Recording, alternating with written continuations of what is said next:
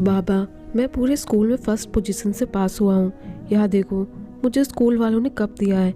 हासिम बहुत खुश था। बाप रिक्शा चलाता था, बिल्कुल अनपढ़, अपना नाम भी लिखना नहीं जानता था। वह मुस्कुराने लगा, हासिम के कंधे पर हाथ रखा, थपकी दी, जा अपनी माँ को भी जाकर बता। माँ को आवाज़ दी, लेकिन माँ तो अभी तक घर ही नहीं आई। हासिम की माँ एक अस्पताल में साफ सफाई किया करती थी। जैसे ही माँ घर आई, हासिम दौड़कर माँ से लिपट गया। अम्मा, मैं पहली पोजीशन पर आया हूँ। माँ बहुत खुश हुई, दुआएं देने लगी। हासिम पढ़ाई के लिहाज से बहुत काबिल था। यूँ कह ले, वह कम उम्र में बड़ी बड़ी बातें करने लगा था, लेकिन उसे सरकारी स्कूल में उस तरह की शिक्षा नहीं मिल पा रही थी जैसी वह चाहता था। स्कूल में वह अक्सर देखता था, मास्टर साहब बच्चों के भविष्य की इतनी फिक्र नहीं करते थे। सरकारी स्कूल में पढ़ाई बस नाम की थी।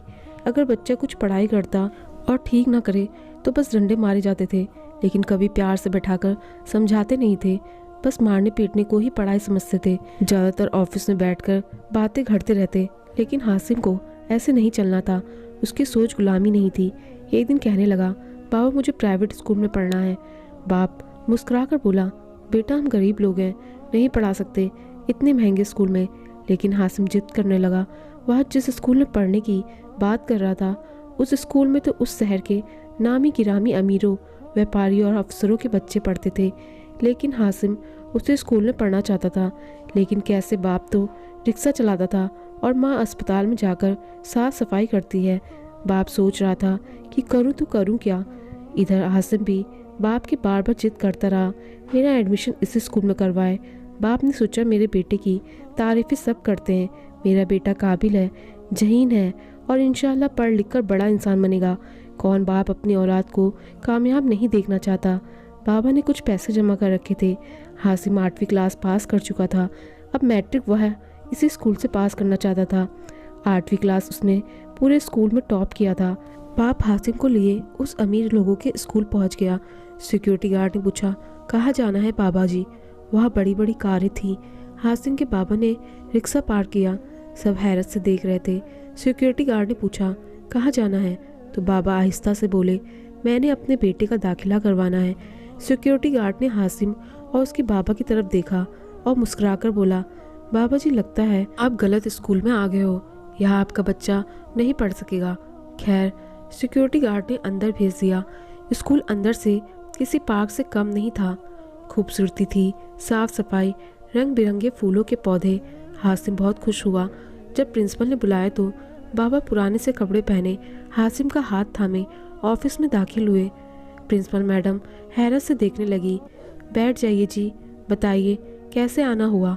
हासिम के अब्बा आहिस्ता से बोले, मैडम जी मैं अपने बेटे का दाखिला इस स्कूल में करवाना चाहता हूँ। मैडम मुस्कुराने लगी।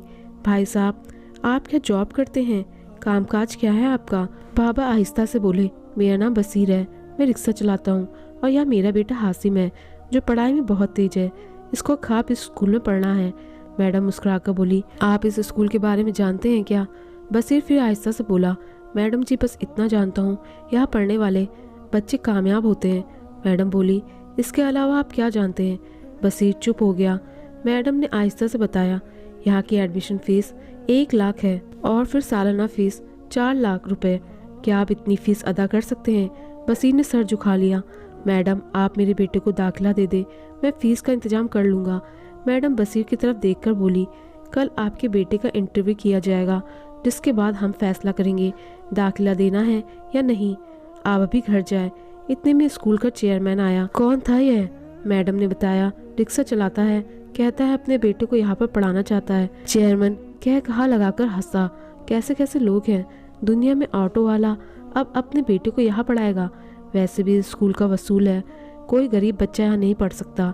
यह स्कूल सिर्फ अमीरों का है, किसी चाय वाले का, तंदूर वाले का, रिक्शे वाले का बच्चा यहाँ नहीं पढ़ सकता। बसीर बहुत परेशान था, इतने पैसे कहाँ से लाऊं? मैं अपने हासिम को हर हाल में पढ़ाना चाहता हूँ, किसी मुकाम पर देखना चाहता हूँ। हासिम अपने बाबा की परेशानी महसूस कर रहा था, लेकिन खामोश था। बाबा ने परेशानी की वजह से खाना भी नहीं खाया था। दूसरे दिन बसीर बेटे को साथ लिए स्कूल पहुंच गया।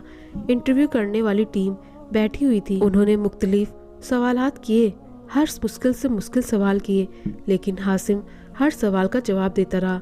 सब काफ़ी हैरान हो रहे थे।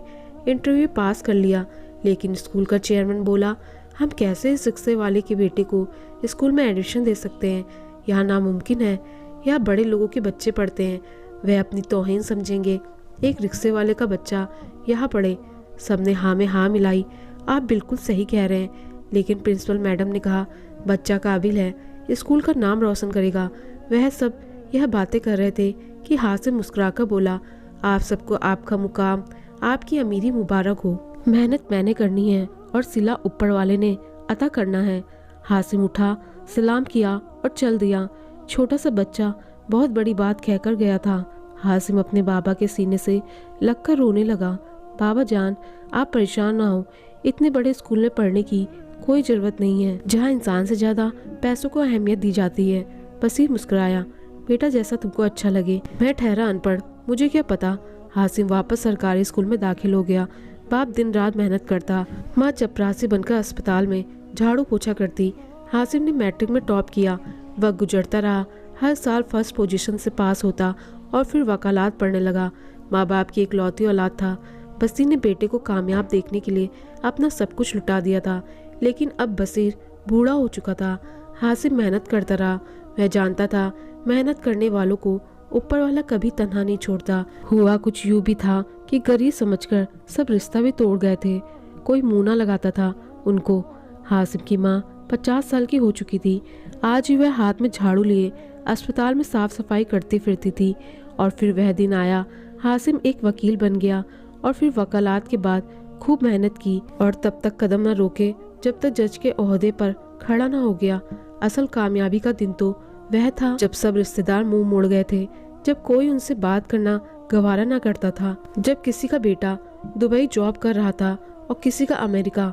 इस लम्हे एक 50 साल की बुढ़िया और एक 55 साल का बुढ़ा बुजुर्ग पुराने से कपड़े पहने अपने बेटे की जज बनने की खुशी में एक पार्टी में मौजूद थे। बसीर की आंखों में आंसू थे। अपने रिक्शे के पास खड़ा रो रहा था। आज बेटा जज बन गया। हासिम ने माँ और बाबा का हाथ पकड़ा, स्टेज पर ले गया। सब लोग तालियां बजाने लगे और दूसरे दिन हासिम के साथ माँ और बाबा की फोटो अखबार में भी आ चुकी थी।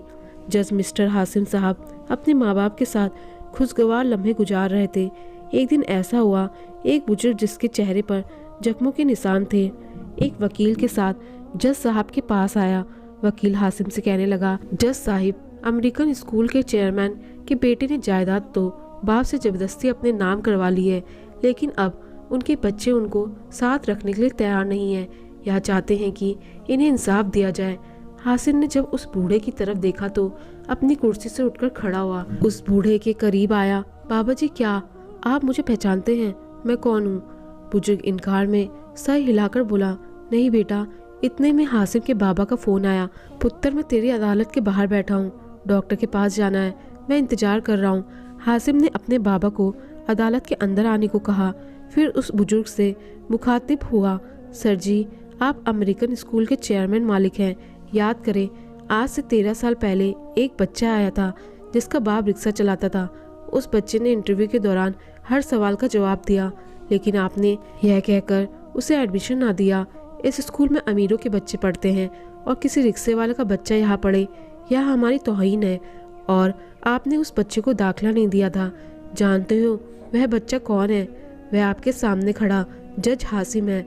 और वह जो बूढ़ा सामने से चलता आ रहा है ना, जिसे आपने जाहिल कहा था और बहुत बातें सुनाई थी, वह इस जज का बाप बसीर साहब है। अब मैं आपसे क्या कहूँ, हमको जाहिल कहने वाला एक जाहिल के सामने रो रहा है कि मेरे बच्चे ने सब कुछ छीन लिया, मुझे अपने साथ नहीं रखना चाहते। आपके बच्चे तो तुम्हारे ही स्कूल में पढ़ते थे ना।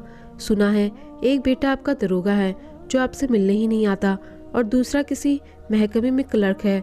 चेयरमैन रोने लगा। हासिम ने बुजुर्ग के आंसू साफ किए और प्यार से बोला, मेरा मकसद आपको ताना देना या नीचा दिखाना नहीं था, बस मैं इतना कहना चाहता हूँ, मुझे लगता था बड़े और महंगे स्कूल में ही पढ़कर कामयाबी मिल सकती है, जबकि मैं गलत था। मेहनत करने वालों के लिए सब कुछ मुमकिन होता है। मेरे बाबा मेरी माँ सारी ज़िंदगी मेहनत करते रहे, सब लोग हमारा साथ छोड़ गए, हमारी गरीबी का मजाक उड़ाया गया। मुझे गुर्बत की वजह से अच्छे स्कूल में एडमिशन न मिला, लेकिन फिर भी मैं अपनी मंजिल की तरफ बढ़ता रहा। मैंने दिन रात मेहनत की, मैंने कभी हार नहीं मानी। मैं हालात से लड़ता रहा और ऊपर वाले ने मेरे मेहनत का सिला दिया और आज मैं उसके हुक्म से एक जज हूँ। क्या फ़र्क पड़ता है आप सरकारी स्कूल में पढ़ रहे हैं या किसी महंगे इंग्लिश मीडियम में, पढ़ना आपको है, मेहनत आपने करनी है। चेयरमैन जो आज औलाद के हाथों बेइज्जत हो रहा था, और खिदमत औलाद तभी करती है जब उसे बचपन से ही इज्जत और खिदमत करना सिखाया जाता है, फिर चाहे वो अनपढ़ हो या पढ़ा लिखा हो, गरीब हो या अमीर हो। और जाते जाते एक बात और कहना चाहूँगा, हालात कैसे भी हो, कोई आपके बारे में कुछ भी सोचे, सब साथ छोड़ जाए, फिर भी खुद को मजबूत रखो और कामयाब होकर सबको बता दो कि ऊपर वाला साथ हो तो कोई नहीं हरा सकता। दोस्तों, आपको कहानी पसंद आई हो तो लाइक शेयर और कमेंट जरूर करें और चैनल पर नए आए तो चैनल को सब्सक्राइब करना ना भूलें। धन्यवाद।